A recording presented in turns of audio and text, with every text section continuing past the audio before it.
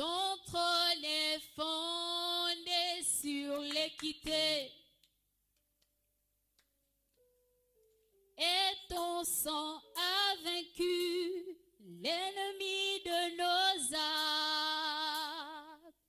Tu es le puissant libérateur. Est-ce qu'on peut le dire avec le peuple? Ton trône est fondé sur la justice. Tu peux battre également de tes mains. Ton trône est fondé sur...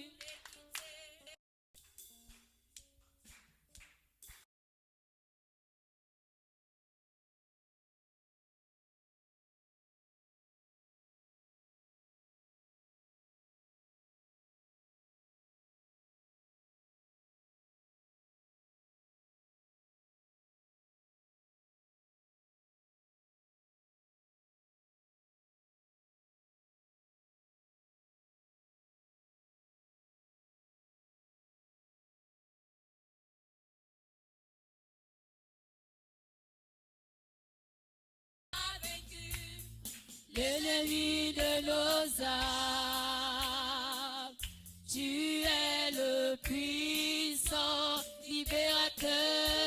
Ton trône est fondé sur la justice. Ton trône est fondé. Ton trône est fondé sur l'équité. Et ton sang a vaincu.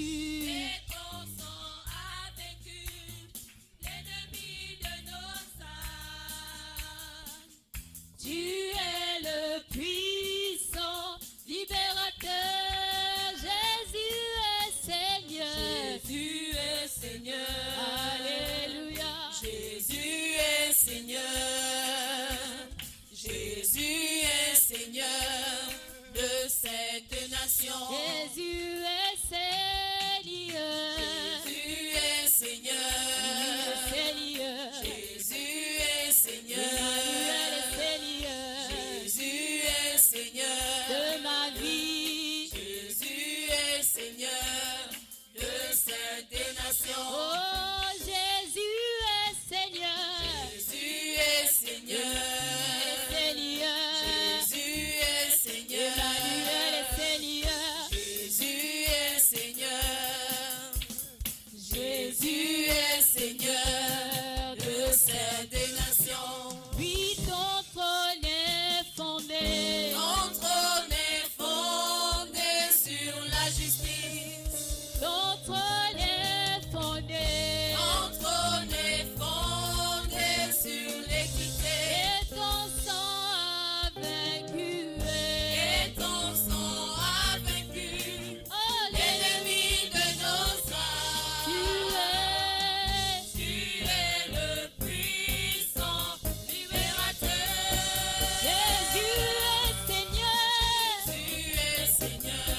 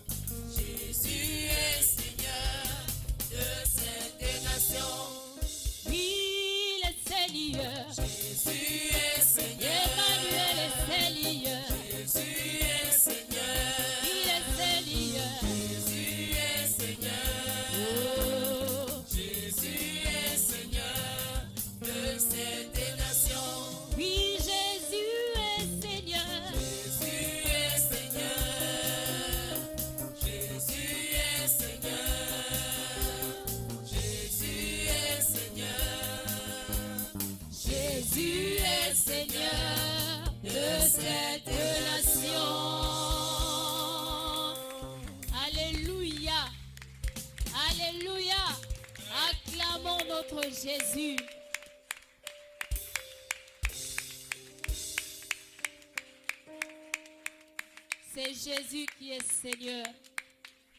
Alléluia. Et j'aimerais vous encourager ce matin. Bien aimé, lorsque nous adorons notre Dieu, il y a une attitude. Et ce matin, on nous a parlé de foi. Alléluia. Même notre position détermine la foi que nous avons. Même notre manière d'adorer Dieu détermine la foi que nous avons. Et j'ai pour habitude souvent de dire que Jésus est un grand roi. Et il n'est comparable à aucun autre homme, à aucun homme. Il est tellement grand et lorsque nous venons dans sa présence, il doit avoir cette attitude de révérence. Alléluia. Et bien aimé, si tu sais qui tu es venu adorer, on n'a pas besoin de te demander de te lever, d'acclamer le grand roi. Parce que tu sais qu'il est le grand roi. Alléluia. Alors acclamons encore notre roi ce matin. Notre roi Jésus. Jésus qui est digne de louange. Qui n'est comparable à aucun autre Dieu. Celui que tu sais qui t'a donné la victoire, acclame-le ce matin. Celui qui te donne la capacité de toujours triompher à tout obstacle. Alléluia. Il est comparable à aucun autre Dieu. Amen. Alléluia. Jésus Jésus, tu es digne de louange sur la terre et dans les cieux. Tu es sans pareil. Jésus, Jésus, tu es digne de louange sur la terre et dans les cieux. Tu es sans pareil. Oh mon roi, tu es digne de louange sur la terre et dans les cieux. Tu es sans pareil. Quand je me mets à chanter comme ça, je pense aux merveilles que Dieu a fait dans ma vie. Parce qu'il est sans pareil. Bien aimé, il m'a tiré de quelque part de là où je reviens. Et quand je pense à son miracle, je me mets à le louer. Ah. Hey. Oh mon papa, papa, tu es digne de louange sur la terre et dans les cieux. Tu es sans pareil. Oh Jésus.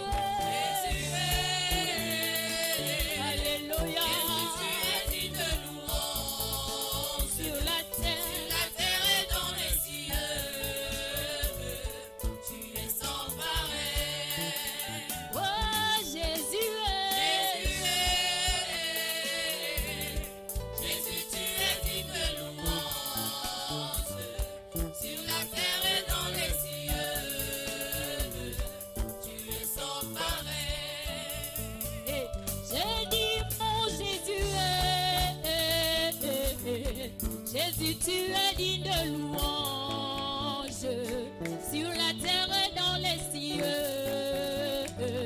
Tu es sans pareil. Oh, Emmanuel, Emmanuel, tu es digne de louange sur la terre et dans les cieux. Tu es sans pareil. Est-ce qu'on peut le dire ensemble? Oh. Il a fait des merveilles sur la terre et dans les cieux. Oh, oh, oh, oh, oh, oh, oh, oh, Jésus. Aïe, aïe, aïe, aïe, aïe, aïe, aïe.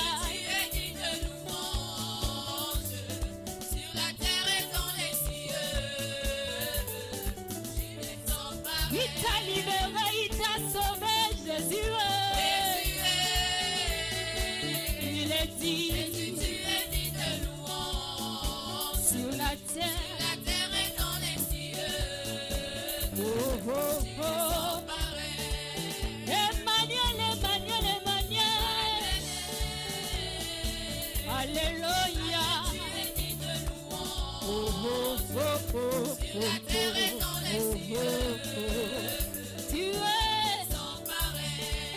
que tu peux acclamer Jésus? Jésus Tu es Jésus, tu es dit digne de louange. sur la terre, sur la Sur la terre. terre et dans les cieux. Tu es. Sans pareil. Hey, hey, ya, ya, ya, ya, tu es dit de louange sur la terre et dans les cieux. Tu es sans pareil. Ya, ya, ya, ya, ya, ya. Ya, ya, Tu es digne de louange. sur la terre et dans les Sur la terre et cieux. dans les cieux. Tu es sans pareil. Oh, ya, ya, ya, ya, Yaya, tu es digne de louange. Sur la terre et dans les cieux. Tu es sans pareil. On va dire ceci, on dit mon ami, tu es dit de louange sur la terre et dans les cieux. Tu es sans pareil, mon ami à moi, mon ami, Mon ami, tu es digne de louange. Sur la terre et dans les cieux. Tu es sans pareil. mon ami, oh, oh, Tu es digne de louange. sur la La terre. terre et dans les cieux. Tu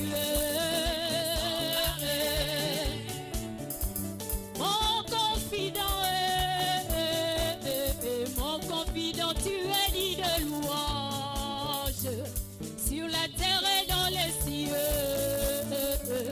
Tu es sans pareil, mon ami. Mon ami, tu es digne de louange. Sur la terre et dans les cieux. Tu es sans pareil. Mon ami, mon ami, mon ami. Mon ami, tu es digne de louange. Alléluia. La terre et dans les cieux. Tu es sans pareil. Sans pareil, sans pareil, sans pareil, sans pareil, sans pareil, sans pareil, sans pareil. Oh, tu es sans pareil. Pareil, sans Jésus est sans pareil. pareil, sans Oh, il est sans pareil. Oh, il est sans pareil. Jésus est sans pareil. Emmanuel est sans pareil. Oh, il est sans pareil. Le roi est sans pareil. Il est sans pareil. Oh, tu es sans pareil. Est-ce que tu peux acclamer?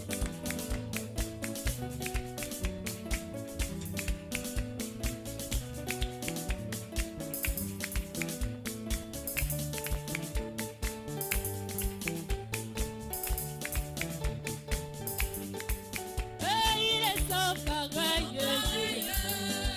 Je n'ai jamais vu un Dieu comme lui. Il est inégalable. Il est irremplaçable. Il est sans pareil. Jésus est sans pareil. Et il est sans pareil. Oh, il est sans pareil. Oh, il est sans pareil. Avec le peuple. Oh, oh, oh, oh, oh, oh, oh, oh. Jésus, Jésus, Jésus,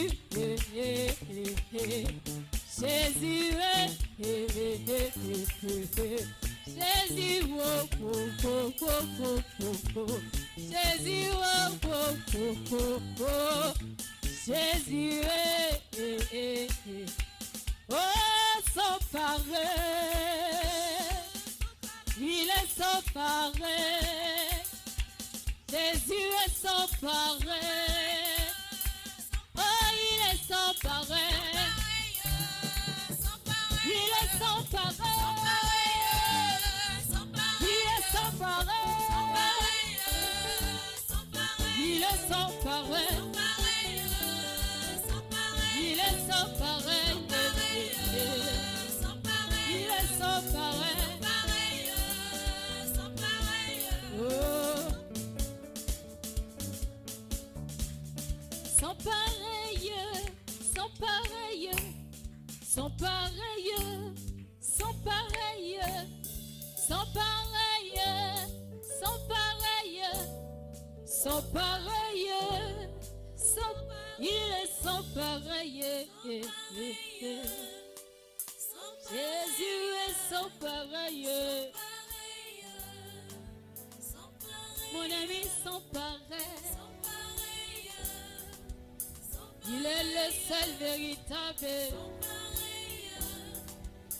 Tu ne trouveras jamais d'autre.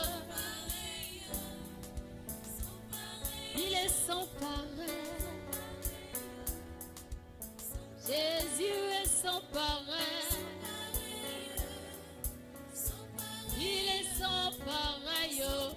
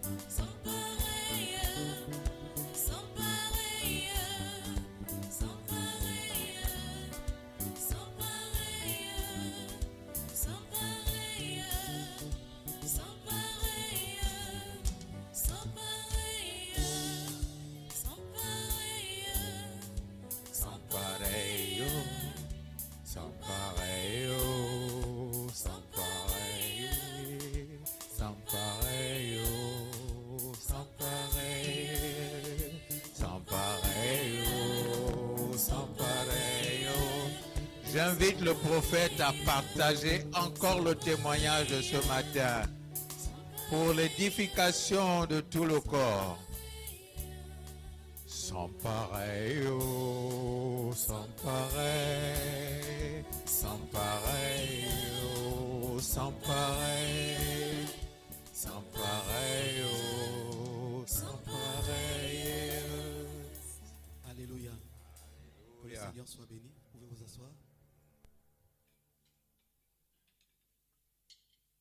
Alors, le témoignage que je vais vous partager me concerne personnellement. Il y a quelques jours, nous avons prié pour... le Seigneur a fait monter un sujet, une pensée, une orientation dans mon cœur par rapport à la famille. Et pendant que je priais, le dernier jour, on s'est accordé avec madame, on a prié.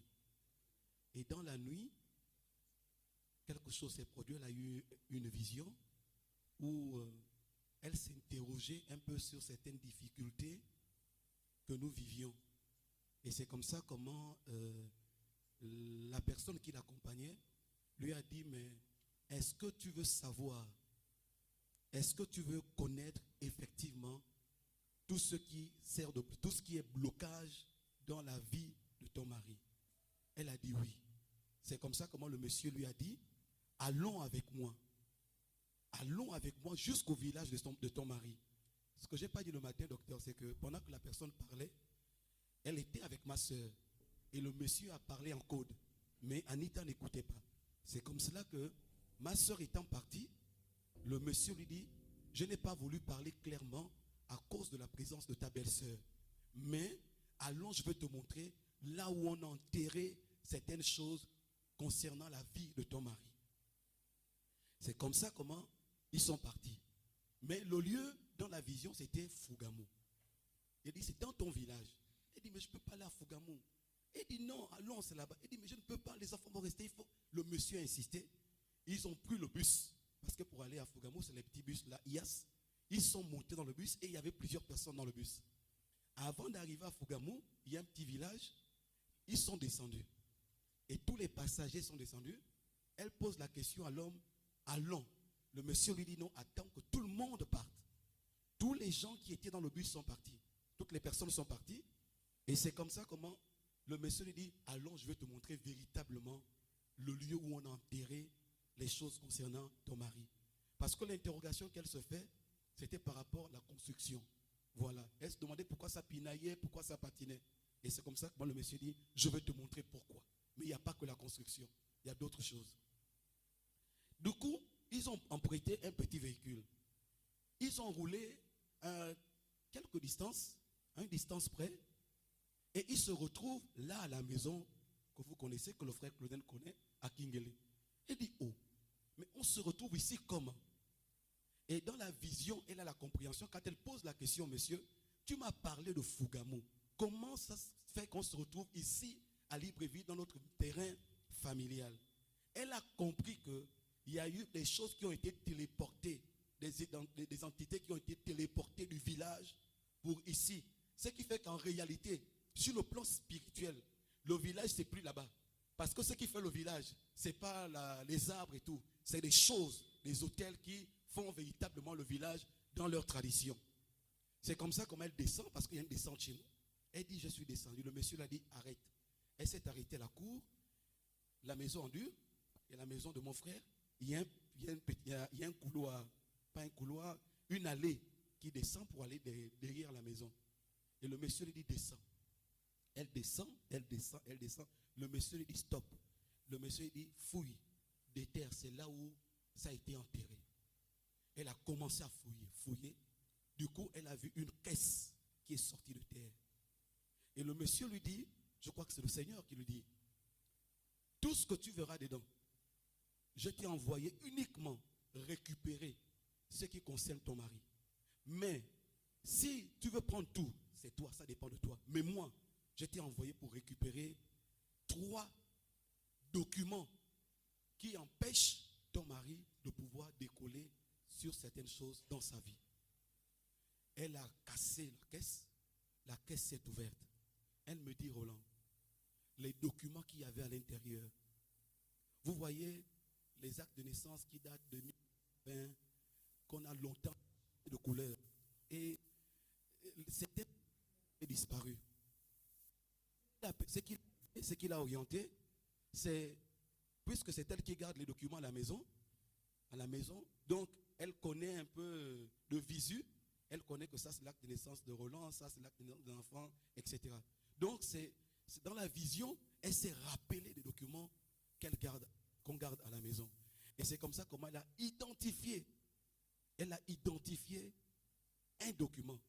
Et ce que je n'ai pas dit, c'est que dans le premier document qu'elle a pris, sur ce document, il avait été libéré comme une limitation en termes de vie. Elle a récupéré ça. Après, elle a récupéré le deuxième document de la maison des travaux, des réalisations. Après, elle a récupéré le troisième document. Elle me dit, lorsqu'elle a récupéré les 3 documents, il fallait maintenant qu'elle reparte, qu'elle ressorte du couloir. C'est une cour familiale où forcément quelqu'un pouvait la voir. Mais il faut louer que pendant tout ce temps, il y avait comme personne à la maison. Alors, elle a récupéré les 3. Elle devait retrouver le monsieur, puisque le monsieur l'attendait de l'autre côté de la route. Mais pour partir de la maison de chez nous là, jusqu'à la route, elle a couru, c'était long. Elle a couru. Et le monsieur est arrivé chez le monsieur a ouvert la portière de la voiture et ils sont partis. C'était la nuit où il y a eu le vent qui a soufflé. Le matin, je vais au bureau. Quand je suis au bureau, mon téléphone sonne. Ça sonne. Allô, oui, bonjour Roland. J'ai dit bonjour. Elle me dit, ici à Kingele, il y a un souci. J'ai dit, c'est quoi? C'est la voisine, il y a un souci. J'ai dit, c'est quoi?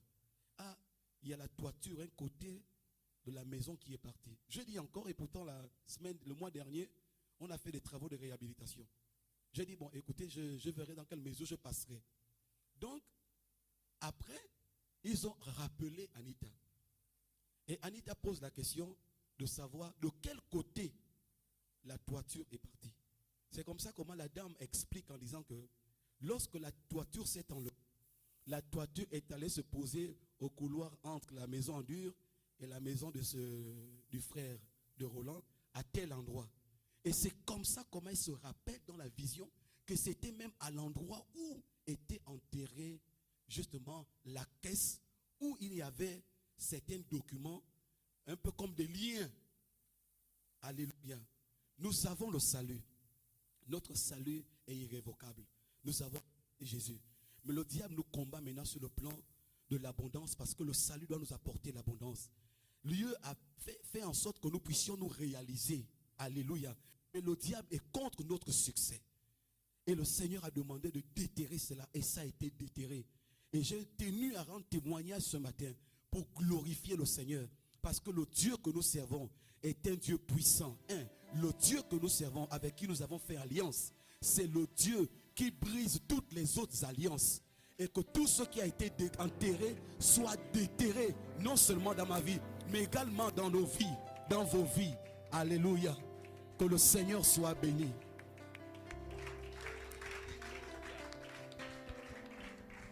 Alléluia. C'est le temps.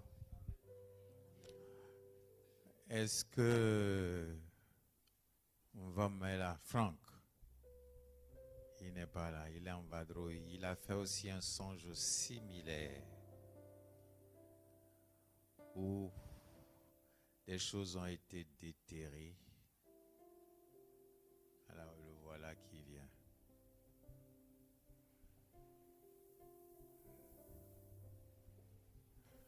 Viens rendre témoignage de ce que tu as dit ce matin afin que le corps entier soit édifié.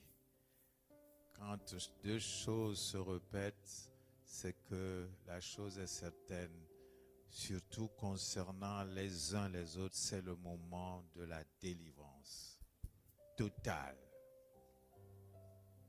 Amen. Bonjour peuple de Dieu. C'était le jeudi. Donc le jeudi, la nuit de jeudi, pendant que je vais m'endormir, je vais faire un songe où j'étais en train de discuter sur le terrain familial à Bellevue 2. J'étais en train de discuter avec mes nièces. Et pendant que je discutais, pendant qu'on parlait, il y a une voix qui me dit, on est en train de parler des choses qui sont en rapport avec la famille. Il y a une voix qui me dit, en fait, c'est parce que on vous a enterré. Et donc, pendant que je suis en train de m'expliquer, il y a l'une de mes nièces que j'ai bien reconnue, qui depuis, elle a eu une fois seulement, elle est plus âgée que moi, mais c'est ma nièce, elle a eu une seule fois la grossesse, mais depuis lors, elle n'a plus jamais enfanté. Et donc, pendant qu'on était en train d'évoquer cet aspect aussi, je lui disais que c'est parce qu'on a été enterré. Donc moi je traduisais ce que la voix me disait à mes parents. Et donc du coup elle va se révolter, elle va dire non, il faut qu'on aille déterrer. Et par la suite, ils vont aller, et je vais leur dire, en fait, vous ne pouvez pas trouver, vous n'allez pas trouver. Et l'Esprit me conduit à les guider. Donc quand je vais aller, c'était un endroit, à l'entrée en tout cas, c'est à l'entrée de la maison. Et c'était une petite motte de terre, ce n'était pas grand, c'était à peine une petite motte de terre. Et lorsqu'il voulait creuser, ça se déplaçait. À chaque fois qu'il voulait creuser, ça se déplaçait. Et à un moment donné, ça fait comme un détecteur, ça sonnait dans mon esprit. Et je pouvais localiser exactement là où c'était. Et je leur ai dit, fouillez là.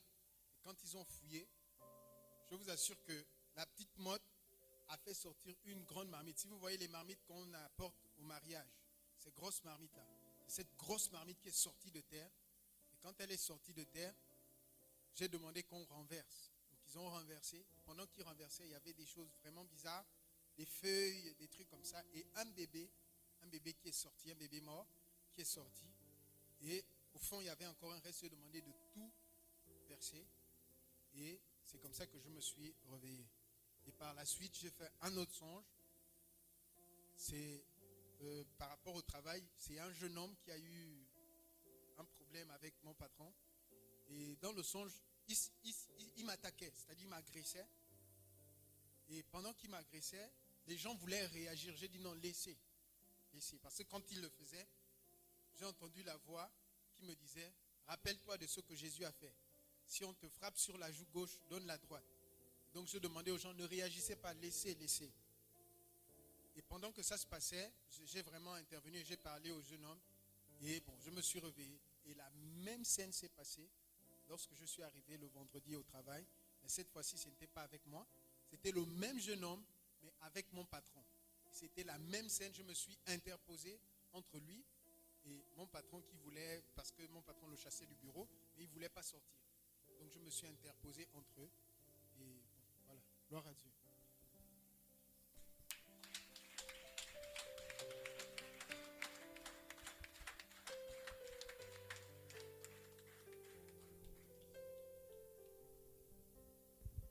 Que ceux qui ont les oreilles spirituelles entendent le message. C'est le temps de la totale délivrance des uns des autres.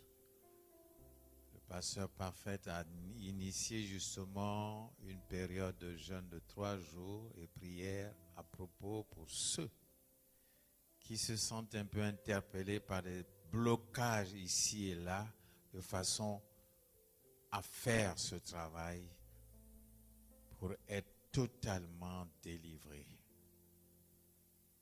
C'est le temps que l'Esprit donne de façon à ce que nous soyons totalement libres. Alléluia. Le monde a échoué. Nous pouvons le dire.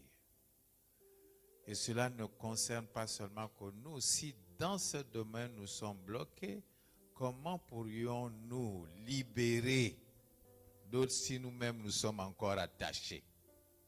C'est la grâce du Seigneur. C'est la grâce du Seigneur. C'est la saison de tous.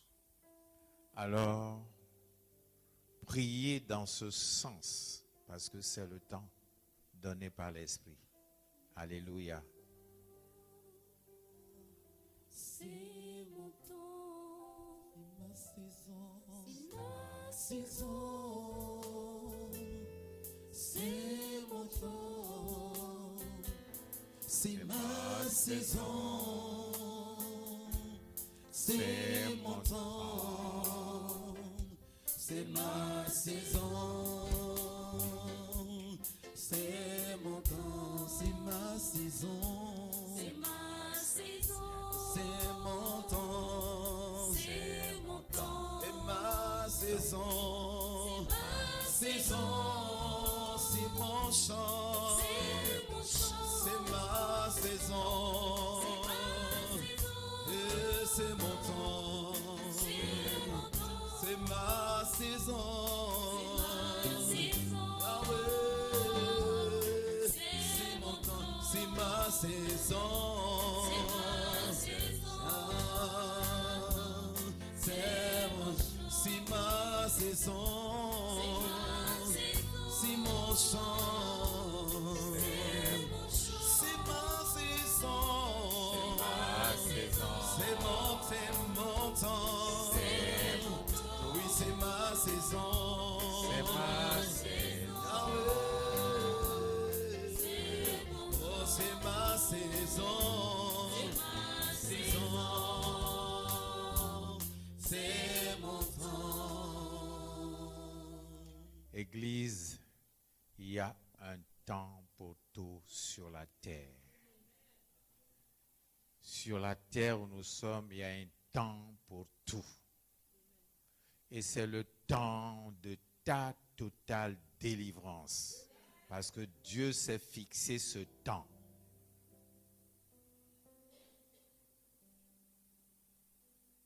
Or, c'est la foi qui triomphe du monde. Puisque c'est la foi qui triomphe du monde, posons cet acte d'obéissance comme des enfants pour nous voir délivrés. Alléluia. Pour ceux qui ont des problèmes de blocage dans certains domaines. Vous avez entendu le prophète d'Isambou parler justement de l'inquiétude de son épouse par rapport à un domaine précis qui est celui de la construction. Vous voyez?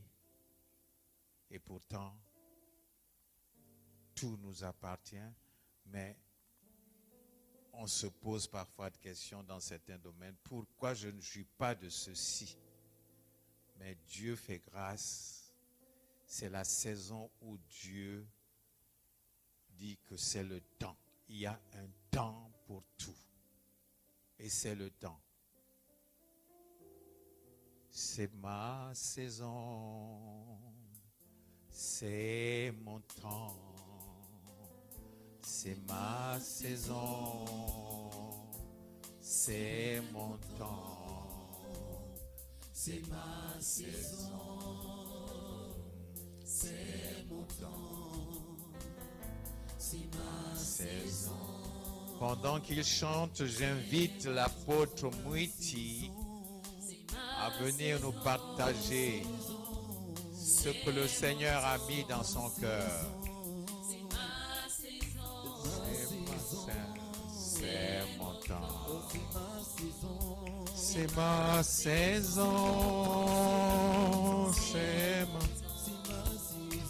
C'est ma saison. C'est mon temps. C'est ma saison. C'est mon temps. C'est ma saison, c'est mon temps, c'est ma saison, c'est ma saison, c'est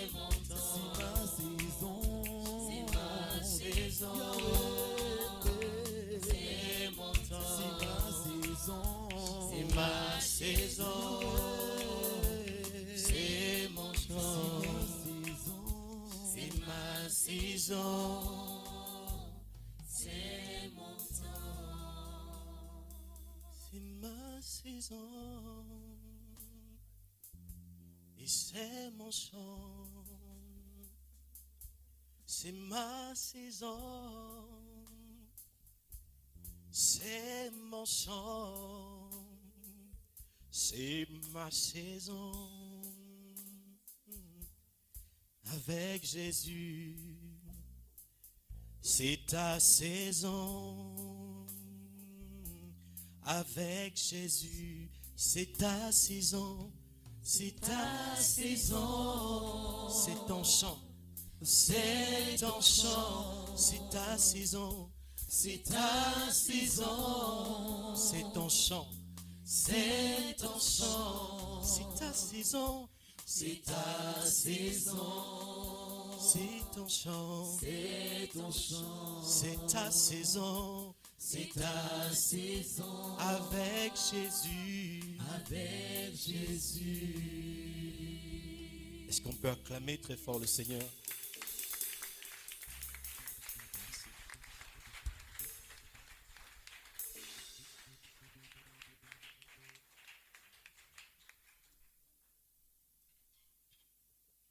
Bonjour au peuple de Dieu, soyez bénis. J'aimerais qu'on ouvre nos Bibles dans Matthieu 8 à partir du verset 23 jusqu'à 27. Donc, j'aurais besoin d'un lecteur. Donc Matthieu chapitre 8 du verset 23 à 27. Donc je suis toujours sur le thème la foi, la sanctification et le salut des âmes. La foi, la sanctification et le salut des âmes. Avant de continuer, bien-aimés, par rapport toujours au songe que les frères ont vu tout à l'heure, je disais ce matin que moi-même, ma mère est venue vers moi. Elle m'a dit, Dani, je t'ai vu dans mon songe, tu allais récupérer la bouteille de gaz chez un oncle. Qui est mon grand-oncle, c'est son père. Elle m'a dit, lorsque tu as récupéré la bouteille de gaz, tu es monté, tu étais déjà à un certain endroit et il t'a posé la question de savoir où est-ce que tu vas avec cette bouteille. Et j'ai répondu, C'est la bouteille de ma mère. Et par rapport à tout ce qui a été dit encore ce matin, j'ai compris que chacun d'entre nous a été mandaté dans notre famille. Jusqu'à présent, je me rends compte qu'en fait, l'ennemi vole les destinées d'un grand nombre. Nos destinées sont enterrées le plus souvent quelque part. Elle m'a dit, et dans la maison, il manquait telle bouteille de gaz. Je n'avais pas certainement la signification. Elle m'avait dit, on avait 3 bouteilles, voilà, tu vas les récupérer telle chez tel oncle. J'ai dit, comment ça? Mais moi-même, je n'ai pas fait un songe sur ça. Elle m'a dit, si. Elle m'a dit encore la dernière fois après qu'on t'avait consacré, quelques jours après, lorsque tu es rentré dans la maison, j'ai vu des hommes qui te suivaient derrière et qui t'ont dit, tu allais délivrer ces personnes, pourquoi? Tu te prends pour qui? Pourquoi tu as fait ça? Bien-aimés, je rappelle à nos cœurs et à nos âmes que l'ennemi ne nous aime pas. Satan ne nous aime pas. Il sait que nous sommes des élus. Il sait que nous sommes des envoyés. Il sait que c'est à nous qu'il a remis la clé. Il sait que Jésus nous a remis l'autorité. Bien-aimé, dans ta famille, tu es celui qui a été choisi pour aller déterrer. Et si tu ne te lèves pas, ça prendra du temps, ça prendra des années. Tu pourras même venir chanter là, louer Dieu comme quoi. Mais si tu ne réalises pas que c'est toi qui as été choisi pour aller déterrer, ces choses prendront du temps. Ces choses prendront du temps.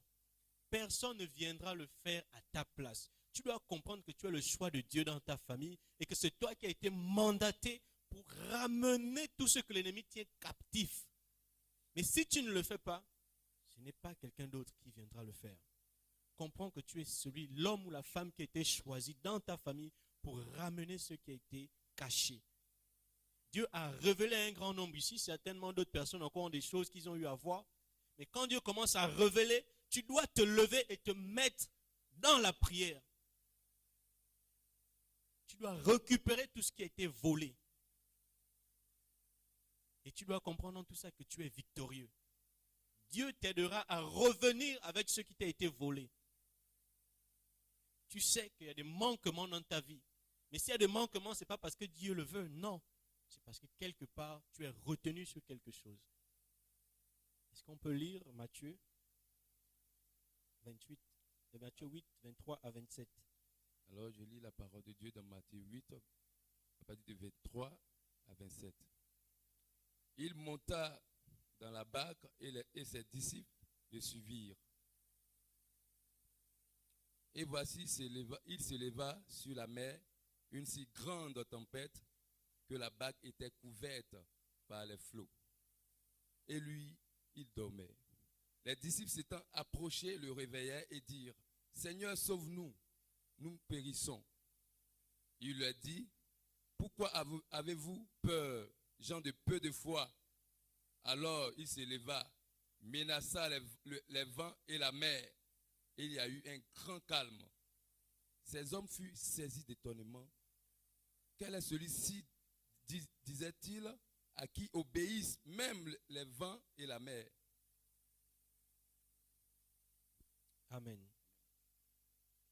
Bien-aimé, tout à l'heure, ce matin, je disais aux autres, lorsque je lisais ce passage, il y a quelque chose que je ne comprenais toujours pas. Comment se fait-il que Jésus dormait pendant qu'il pleuvait? La pluie touchait Jésus. Et la question qui était posée, c'est, Seigneur, est-ce que tu dormais réellement? Est-ce que réellement tu dormais? Et la réponse, la Bible confirme qu'il dormait. Je dis bien, la Bible confirme qu'il dormait. Certainement les disciples, ils ont parlé, ils ont dit, ouais, il dormait. On a aussi écrit, il dormait. Mais est-ce que Jésus dormait réellement? À quel moment Jésus se réveille? À quel moment Jésus se réveille? Lorsque les disciples insistent et persistent. Jésus se réveille et il lui fait comprendre qu'en fait vous n'avez encore rien compris. En réalité, Jésus ne dormait pas. Jésus attendait l'action de foi qu'il devait manifester. Mais il s'est réveillé parce qu'il s'est rendu compte qu'en fait vous n'avez encore rien compris. Les vents soufflaient, il entendait. La pluie le touchait. Qui ici parmi nous, il pleut, l'eau te touche dans ta maison, tu ne te réveilles pas. Jésus entendait tout ce qui se passait. Il entend tout ce qui se passe dans ta vie. Ce n'est pas qu'il ne veut pas agir, mais il attend un acte de foi. Pourquoi lorsqu'il se lève, il dit, homme de peu de foi, vous n'avez encore rien compris. Jésus n'a pas besoin de tes cris. Si les cris changeaient les situations, pourquoi les tempêtes ne s'est pas calmées lorsque les apôtres ont crié? C'est parce que ce n'est pas le cri là qui change. C'est ta foi qui change ta situation. C'est quand tu te relèves, quand tu actionnes cette foi que ta situation change. Les pleurs et les cris ne changeaient pas leur situation. Et si Jésus n'intervenait pas, la barque devait se remplir et ils allaient périr, ils allaient se noyer. C'est toi qui calmes les tempêtes dans ta vie. C'est toi qui calmes la situation dans ta vie. C'est toi qui calmes les choses dans ta vie. Si tu ne réalises pas que c'est ta foi que tu dois élever pour calmer les situations dans ta vie, tu ne pourras pas avancer. Et même lorsque les disciples sont allés pour chasser les démons, je crois pour l'une des premières fois, lorsqu'ils sont arrivés, ils ont fait comprendre à Jésus qu'on n'a pas pu s'en sortir. Vraiment, les démons qu'on a trouvés là, c'était. Mais Jésus revenait toujours sur la même chose, le problème de foi. Et l'exemple qui a été pris ce matin, c'était à propos d'un véhicule. Il a été dit que si un véhicule roule à 100 à l'heure, par exemple, et qu'il n'y a pas de carburant, le carburant termine, quelle sera l'allure du véhicule? Est-ce que le véhicule va continuer? Pourquoi? Parce qu'il manque du carburant. Et c'est parfois ce à quoi nous ressemblons dans nos vies. Parfois, nous allons à 100 à l'heure dans nos vies, à 200 à l'heure, mais quelque part, on stoppe. On stoppe pourquoi? Parce que le carburant qui est notre foi a stoppé. Le carburant a stoppé. Et s'il n'y a plus de carburant dans le véhicule, il peut même avoir des accidents en route. Parce que si tu es dans une voie express, il y a des véhicules qui peuvent arriver derrière toi. Et sur la voie express, on ne roule pas à 2 à l'heure ou à 3 à l'heure. C'est pourquoi il est important de toujours te rassurer que tu as cette foi au-dedans de toi. Tu dois toujours te rassurer que lorsque je me lève le matin, je suis rempli de foi. Parce que tu existes à cause de ça. Il est dit dans les Écritures que l'âme de Dieu prend plaisir que lorsque tu marches dans la foi. Mais si tu ne marches pas dans cette foi, son âme ne prendra pas plaisir. C'est ça ta nourriture, c'est ça ton quotidien. Donc ça veut dire que si tu ne manges pas cette foi qui est sa parole, tu ne le prends pas, tu ne pourras pas avancer. Tu as besoin de ce carburant pour être toujours debout. Il a même été dit dans les Écritures que lorsque Jésus reviendra, il est censé trouver la foi. Il pose la question, est-ce que je trouverai encore la foi? Parce qu'il sait que c'est la foi qui pourra faire en sorte que tu puisses l'attendre jusqu'à son retour. Qui attend jusqu'au retour de Jésus? Celui qui a la foi. Nous devons réaliser que nous avons besoin de foi pour tenir debout, pour tenir ferme pour l'arrivée de Jésus. Amen. C'était ce qui concernait la foi. En ce qui concerne la sanctification, lisons Matthieu 25, de 1 à 12.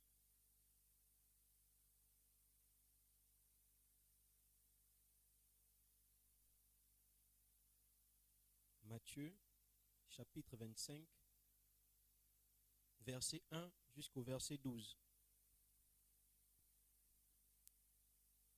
Je lis Matthieu 25, verset 1 à 12. Alors le royaume des cieux sera semblable à 10 vierges qui, ayant pris leur lampe, allaient à la rencontre de l'époux. 5 d'entre elles étaient folles et 5 sages. Les folles, en prenant leur lampe, ne prirent point d'huile avec elles, mais les sages prirent avec leur lampe de l'huile dans des vases. Comme l'époux tardait, toutes s'assoupirent et s'endormirent. Au milieu de la nuit, on cria, « Voici l'époux, allez à sa rencontre. » Alors toutes ces vierges se réveillèrent et préparèrent leurs lampes. Les folles dirent aux sages, « Donnez-nous de votre huile, car nos lampes s'éteignent. » Les sages répondirent, « Non, il n'y en aurait pas assez pour nous et pour vous. Allez plutôt chez ceux qui en vendent et achetez-en pour vous. Pendant qu'elles allaient en acheter, l'époux arriva. Celle qui était prête entrait avec lui dans la salle de noces et la porte fut fermée. Plus tard, les autres vierges vinrent et dirent, Seigneur, Seigneur, ouvre-nous. Mais il répondit, je vous le dis en vérité, je ne vous connais pas. Amen. Passage que le Seigneur veut nous ouvrir véritablement les yeux. Nous comprenons dans ce passage qu'il ne suffit pas d'être vierge. Et nous avons dit, dans ta vie de sanctification, ajoute à cela de la sagesse. Tu es vierge, oui, mais il te manque quelque chose, la sagesse. Je ne fais pas telle chose, oui, mais il te manque quelque chose, la sagesse. Toutes étaient vierges, mais il y avait quelque chose qui faisait la différence, la sagesse. Je disais ce matin, pendant que je pensais, je disais, Seigneur, bon, moi ça va, je fais telle chose. Le Seigneur m'avait dit, mais toi tu es un moqueur, tu te moques des autres. Mais pourtant tu ne fais pas telle chose, mais tu te moques des autres. Et quelque part dans les Écritures, il est dit que les moqueurs n'hériteront pas du royaume des cieux. Pourtant, je ne faisais pas telle chose. Oui, j'ai dit, Seigneur, mais il me manquait quelque chose. J'avais le manque de sagesse. Quand je voyais quelqu'un, je riais, je me moquais des gens. Mais pourtant, la moquerie semble être quelque chose. Non, c'est rien, c'est rien. Mais ce verset est clair, les moqueurs n'hériteront pas du royaume des cieux. Et l'un des intervenants d'un dimanche ici disait que la sanctification, c'est à tous les niveaux, tous les domaines de notre vie. La sanctification n'est pas limitée à tel endroit. La sanctification se trouve dans tous les domaines de notre vie. Nous devons nous sanctifier. Dans notre façon de penser, dans notre façon de voir. Et pour la plupart, certains ont peut-être changé de langage. Pour ceux qui veulent ou qui aspirent au mariage, certains disaient, je veux d'abord faire ma vie. Et plus tard, quand je vais me marier, je vais bien être posé. Là, ça va aller. Quand je vais me marier, là, je vais arrêter de faire tout ce que je fais. Mais on ne savait pas que Satan était en train de te former pour aller déformer ton mariage. Parce que ce que tu fais là, tu iras le faire dans ton mariage. Il est en train de te former pour déformer ton mariage. Donc ça veut dire que si tu ne comprends pas, c'est que c'est maintenant que tu dois apprendre à être saint, que c'est maintenant que tu dois apprendre à te mettre à part, tu ne comprendras pas ça dans le mariage. Tu ne pourras pas comprendre ça dans le mariage. Lorsque ta femme se déplacera pour aller, par exemple, chez ses parents, tu seras seul. Quelle sera ta réaction? Tu sauras que tu es chrétien lorsque tu es seul. Tu sauras que tu es chrétien lorsque tu te déplaces. Parce que tu n'auras plus les yeux du docteur devant toi. Ici, tu peux avoir une attitude que tu as. Peut-être parce que tu le vois, peut-être parce que tu me vois ou tu vois quelqu'un d'autre. Mais lorsque tu es seul, quelle est ta réaction? Lorsque tu es seul, est-ce que tu es toujours chrétien? Est-ce que tu as toujours l'attitude de quelqu'un qui se sanctifie? Ou tu te sanctifies seulement le dimanche? Ou tu as une attitude seulement le dimanche? Mais lorsque tu te déplaces, lorsque ton mari n'est plus là, si tu n'apprenais pas à te garder quand tu étais seul, pourquoi tu veux te garder quand tu es en couple? Dieu nous forme dans le secret, afin que ce qui a été fait dans le secret, on aille le matérialiser dans le monde du mariage. Mais pas le contraire.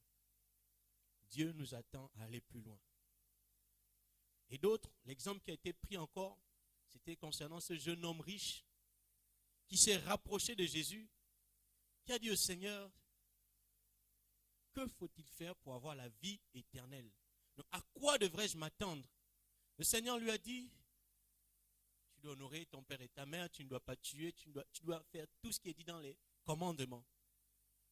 Et il va plus loin, il dit au Seigneur, mais moi j'ai observé tout ça. Et le Seigneur lui dit, en fait, il te manque quelque chose. Et parfois nous sommes là, nous pensons que nous avons tout, mais parfois il nous manque quelque chose. Et comme nous ne posons pas parfois la question au Seigneur, Parce que si ce jeune homme n'avait pas posé la question, il ne devait jamais savoir ce qui lui manquait. C'est à nous de venir vers le Père pour lui dire, qu'est-ce qui me manque, Seigneur? Qu'est-ce qui me manque pour combler cela? Et il ne suffit pas seulement de venir vers Dieu. Lorsque Dieu te dira ce qui te manque, est-ce que tu marcheras dans ça? Parce que nous allons voir la suite. Dieu lui a dit de tout vendre et d'aller partager par la suite et de le suivre. Quelle a été la réaction du jeune homme riche? Est-ce qu'il était content? La Bible nous fait comprendre qu'il était triste. C'est bien de poser la question au Seigneur, qu'est-ce qui me manque? Mais si Dieu te dit ce qui te manque, est-ce que tu iras après lui? Les disciples n'ont pas discuté lorsque Jésus se rapprochait de, dis-toi, viens, tu vas me suivre. Mais qu'est-ce qui a fait en sorte que les disciples, quelqu'un arrive, un homme arrive, est-ce que toi dans ton lieu de travail, le Seigneur te parle dans ton cœur, laisse ce que tu es en train de faire. Ton chef t'a par exemple dit de faire telle tâche, mais le Seigneur te parle à l'instant, j'ai besoin que tu ailles faire telle chose à tel endroit. Est-ce que tu peux laisser ton lieu de travail pour quitter, sachant que tu auras des soucis avec ton chef? Dans ton cœur, tu fais taire la parole de Dieu, tu fais taire la voix de Dieu, parce que tu protèges ton poste. Tu protèges tes cours, tu protèges ton examen. Et ce jeune homme riche protégeait sa richesse. Il protégeait ses biens. Jésus lui dit, non, viens sur moi si tu veux être parfait. Viens et suis-moi. Il a pensé à la marche que Jésus faisait tous les jours. Il s'est dit, mais Jésus n'a pas d'endroit où dormir. Il va même acheter quel genre de vêtements. Il veut que je sois comme lui, que je marche comme lui tous les jours. S'il pleuvait, c'est sûr, Jésus peut-être faisait 3 jours, 4 jours là avec peut-être le même vêtement. Quand il avait l'occasion de changer, il changeait. Mais lui, c'est peut-être que le matin, il a un vêtement, à midi, il a un vêtement, le soir, il a un autre. Il a pensé à sa richesse. Est-ce que je pourrais encore avoir mes mêmes vêtements? Parce que quand tu vends tout, est-ce que j'aurai encore ça? Il a été triste. Mais pourtant, lorsqu'on voit le début, il était vraiment joyeux. Il était content de se rapprocher de Dieu. Et lorsque nous venons auprès du Père, nous sommes comme ça avec cette joie. Mais lorsque Dieu nous dit réellement ce qui manque au-dedans de nous, nous commençons à être tristes. Dieu veut nous voir obéir comme des petits enfants. Il ne cherche pas des personnes qui crient sur la barque. Si tu cries, la pluie aussi va crier plus fort. Si tu cries, les vents aussi vont souffler plus fort. Mais lorsque tu parleras avec foi, c'est à ce moment-là que les vents se calmeront. Parce que le vent te montrera que moi, il n'y a pas un code qui correspond au cri chez moi. Le seul code qui permettra de te faire entendre, c'est le code de la foi. Mais si tu n'entends pas le code de la foi, tu peux crier, moi aussi je vais crier. Tu peux gronder, moi aussi je vais gronder. La barque sera pleine. Mais lorsque tu comprendras que c'est ta foi qui déplace les montagnes, tu comprendras que tu dois te mettre au travail. Il a été dit que le nom que nous avons reçu est le nom au-dessus de tout nom. Et lorsque nous avons parlé des fouilles tout à l'heure, le nom de Jésus ne se limite pas sur la terre. On nous parle aussi de sous la terre. Ça veut donc dire que tu as la capacité d'aller chercher même quelque chose qui a été enterré, qui t'appartient sous la terre. Parce que le nom de Jésus ne se limite pas seulement sur la terre. Mais ce nom impacte aussi sous la terre. Ce nom impacte aussi dans la mer. Donc si tu as fait un songe ou tu as vu quelque chose qui t'appartient dans la mer, dis-toi que c'est capable d'aller récupérer cela. Parce que le nom de Jésus influence tout horizon. Le nom de Jésus influence toute atmosphère. Il n'y a pas un endroit où le nom de Jésus n'influence pas. Et lorsque tu vas avec ce nom à cet endroit, tu reviens avec ce qui t'appartient. Parce que le nom de Jésus impacte même dans l'air. Ce nom règne dans les cieux. Ce nom règne sur la terre. Ce nom règne sous la terre. Donc lorsque tu fais des fouilles, tu reviens avec ce qui t'appartient. Parce que ce nom est important à tout endroit. C'est pourquoi nous devons toujours marcher avec ce nom. Amen.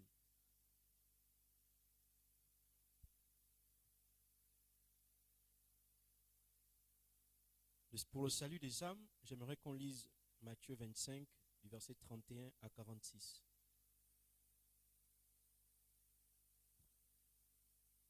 Matthieu chapitre 25, de 31 au verset 46. Je lis la parole dans Matthieu 25, 31 à 46. lorsque le Fils de l'homme viendra dans sa gloire avec tous ses anges, il s'assiera sur le trône de sa gloire. Toutes les nations seront assemblées devant lui.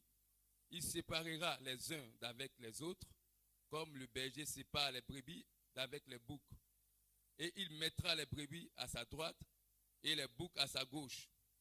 Alors le roi dira à ceux qui seront à sa droite, venez, vous qui êtes bénis de mon Père, prenez possession du royaume qui vous a été préparé dès la fondation du monde.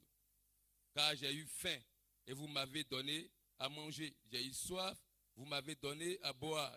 J'étais étranger, vous m'avez recueilli. J'étais nu et vous m'avez vêtu. J'étais malade et vous m'avez visité. J'étais en prison et vous êtes venus vers moi. Les justes lui répondront, Seigneur, quand avons-nous vu avoir faim et t'avons-nous donné à manger? Ou avoir soif et t'avons-nous donné à boire? Quand avons-nous vu étranger et t'avons-nous recueilli? Ou nu et t'avons-nous vêtu? Quand avons-nous vu malade ou en prison et sommes-nous allés vers toi? Et le roi leur répondra, je vous le dis en vérité, toutes les fois que vous avez fait ces choses à l'un de ces plus petits de mes frères, c'est à moi que vous les avez faites.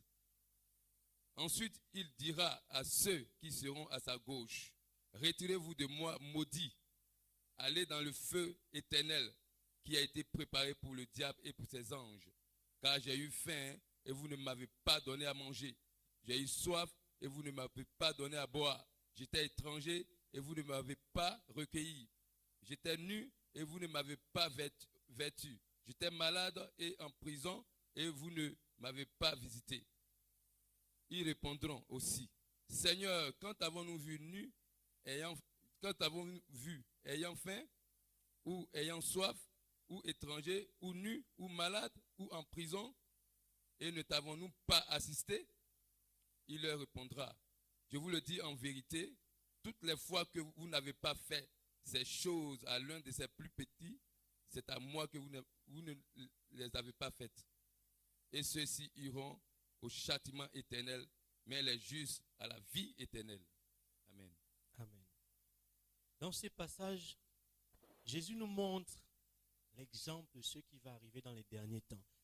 Et on nous appelle les gens des derniers temps. Les gens de la dernière minute, c'est nous. Ce passage nous appartient. Si quelqu'un n'a pas encore réalisé cela, ce passage nous appartient. La grâce que nous avons, c'est que Jésus nous montre déjà ce qui doit arriver. Et lorsque tu sais ce qui doit arriver, tu as une façon de te tenir. Tu as une manière d'être. Et nous devons être sensibles au Saint-Esprit. Lorsque Jésus s'exprime, il montre les qualités des gens qui entreront dans le royaume, qui auront fait telle ou telle chose. Et chaque jour, il nous parle. Il a été dit dimanche dernier par l'un des frères qui intervenait, à savoir l'évangéliste Ibrahim, que l'argent que l'on donnait à cet homme devant la porte, chaque année, chaque jour, chaque mois, ne changeait pas sa situation. Est-ce que les choses que nous donnons aux âmes changent leur situation ou les laissent toujours au même endroit? Si tu apportes à manger à quelqu'un qui a faim, est-ce que tu ne changes pas sa situation? Il avait faim, tu as apporté à manger, tu as changé sa situation. Il avait soif, tu as apporté de l'eau à boire, tu as changé sa situation. C'est ce à quoi Dieu nous attend. Nous sommes les gens de la dernière heure et nous devons comprendre ça. Et les gens de la dernière heure doivent s'occuper des âmes. Les gens de la dernière heure doivent prêcher l'évangile. Je disais tout à l'heure ce matin, aujourd'hui le gouvernement a décidé qu'à 15 heures, on doit presque tout fermer et à 18 heures, le couvre-feu. Nous nous pressons pour ce que les hommes nous demandent de faire. Nous nous mettons sur le terrain. Nous voyons la manière à laquelle les véhicules conduisent. Certains peut-être même se cognent entre eux parce que chacun veut rentrer chez soi. Pourquoi? Parce qu'il est l'heure. On ne doit pas arriver à 18h ou à plus de 18h. Nous respectons ce que les hommes nous demandent de faire. Mais toi, est-ce que tu te presses pour l'évangile? Est-ce que tu te presses pour l'évangile? De la même manière que tu ne veux pas arriver à plus de 18 heures chez toi, est-ce que tu prends aussi conscience de l'évangile de Christ? Est-ce que tu prends conscience qu'il y a ton voisin qui a faim? Est-ce que tu prends conscience que tu as un frère qui est depuis des années en prison? Tout ce qui sort de ta bouche, c'est qu'il est en prison, ça fait déjà 10 ans. Mais tu n'es jamais allé lui rendre visite. Tu ne t'es jamais rapproché de lui. Dieu veut qu'on puisse aussi se presser pour ces choses. Et sur la route, on trouve de l'embouteillage. Et le Seigneur me faisait penser à cela. Est-ce que je trouverai aussi de l'embouteillage des humains qui prêchent mon évangile? Est-ce que lorsque moi je viendrai à la gare routière, je trouverai des évangélistes en train de prêcher? Je vois l'embouteillage des gens qui ont soif, qui prêchent mon évangile. De la même manière que je vois cette soif des gens qui veulent vite rentrer, qui sont pressés. Est-ce qu'on a l'attitude des gens qui sont pressés? Ou on renvoie à demain ce qu'on peut faire aujourd'hui? Quelle est notre attitude? On ne se presse pas le plus souvent pour les choses de Dieu. Mais pour les choses de ce monde, nous nous pressons. Nous sommes les gens de la dernière heure. Et lorsqu'on est dans la dernière heure, on a une façon d'être, on a une façon de se comporter, on a une manière de parler. Est-ce qu'on va trouver des enfants de Dieu sur la route en train de dire non, il faut que j'aille à tel endroit? Est-ce qu'on verra l'embouteillage des hommes et des femmes de foi qui sont en train de prêcher en faisant comprendre au monde que nous sommes à la dernière heure? C'est pourquoi vous nous voyez comme ça. Parce qu'à la dernière heure, nous n'allons pas marcher comme des gens qui ont beaucoup de temps. Lorsqu'on parle de la dernière heure, ça veut dire qu'il n'y a plus assez de temps. Et l'attitude qu'on doit avoir, ce n'est pas l'attitude de quelqu'un qui a toute la vie devant lui. C'est l'attitude de quelqu'un qui est pressé, qui doit prêcher l'évangile, qui doit ramener dans la maison du Seigneur tous ceux qui sont captifs. Que Dieu vous bénisse.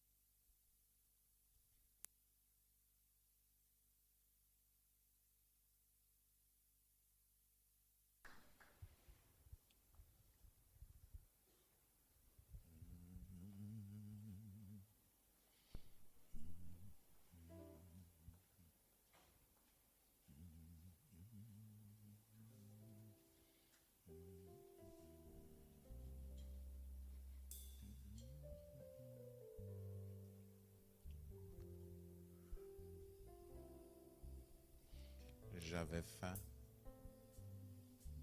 Vous ne m'avez pas donné à manger. J'avais soif. Vous ne m'avez pas donné à boire.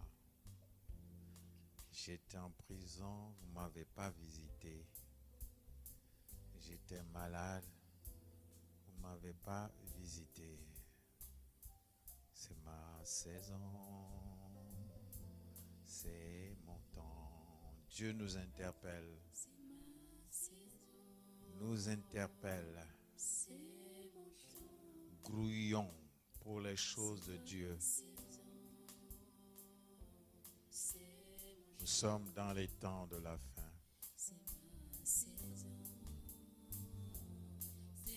Ce n'est que par la foi en lui, par l'obéissance, la soumission, que nous manifestons notre foi et que nous pourrions accomplir ce à quoi nous sommes appelés.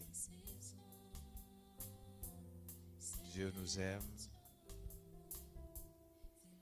Débarrassons-nous de tout ce qui nous retient, de tout ce qui nous alourdit. Sanctifions nos pensées. C'est ma saison. Nous allons passer aux offrandes.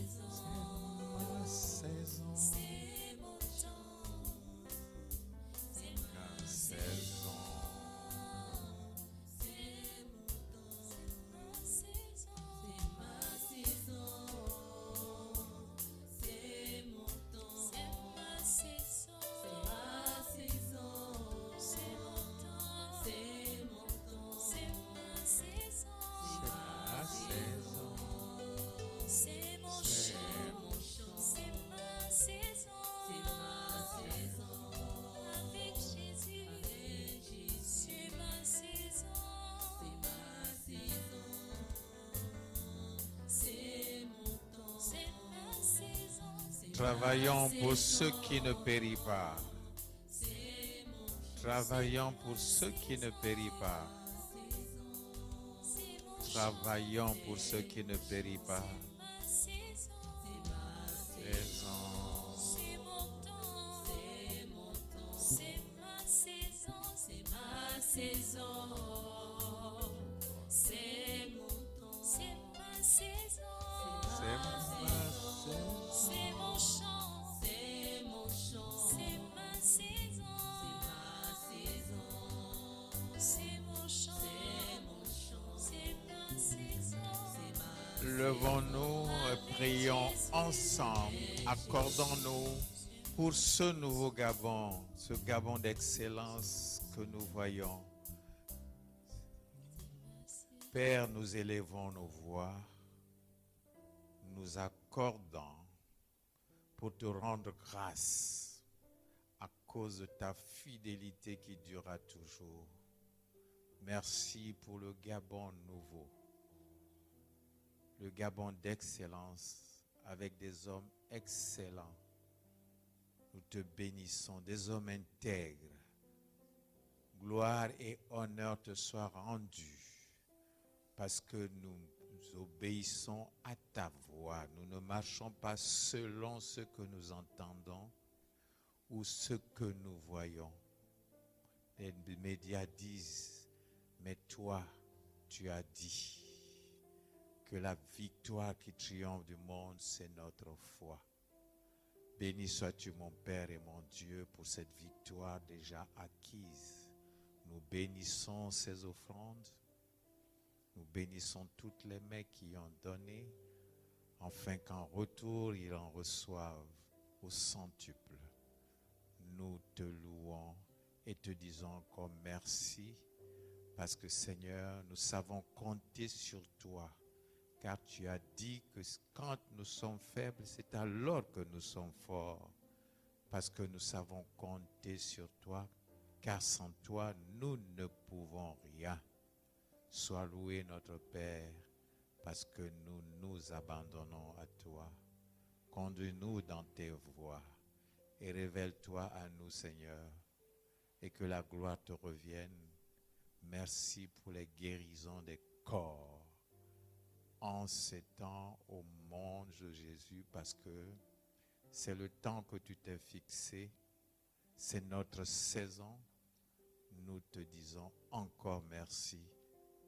Dans le nom puissant de Jésus. Amen.